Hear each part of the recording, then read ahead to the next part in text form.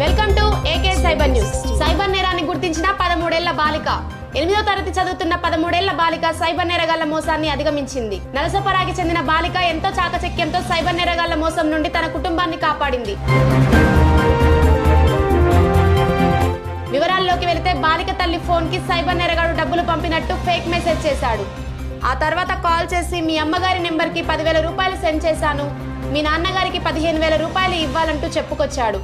ఇంకా 5,000 రూపాయలు పంపుతున్నట్లు చెప్పి మెసేజ్ మాత్రం 50,000 రూపాయలు అని పంపించి రిటర్న్ లో 45,000 రూపాయలు కొట్టమంటూ బాలికను మభ్యపెట్టడానికి చూసిన సైబర్ కేటుగాడు. అనుమానం వచ్చిన బాలిక బ్యాంక్ ఖాతా చెక్ చేయగా ఎలాంటి అమౌంట్ క్రెడిట్ కాకపోవడంతో మోసాన్ని గ్రహించి కాల్ కి స్పందించకుండా సైబర్ మోసగాడి మోసాన్ని తిప్పికొట్టింది. బాలిక మరియు తల్లిదండ్రుల ఫిర్యాదు మేరకు సైబర్ క్రైమ్ పోలీసులు దర్యాప్తు చేస్తున్నారు. AK cyber news 24/7 cyber crime news channel.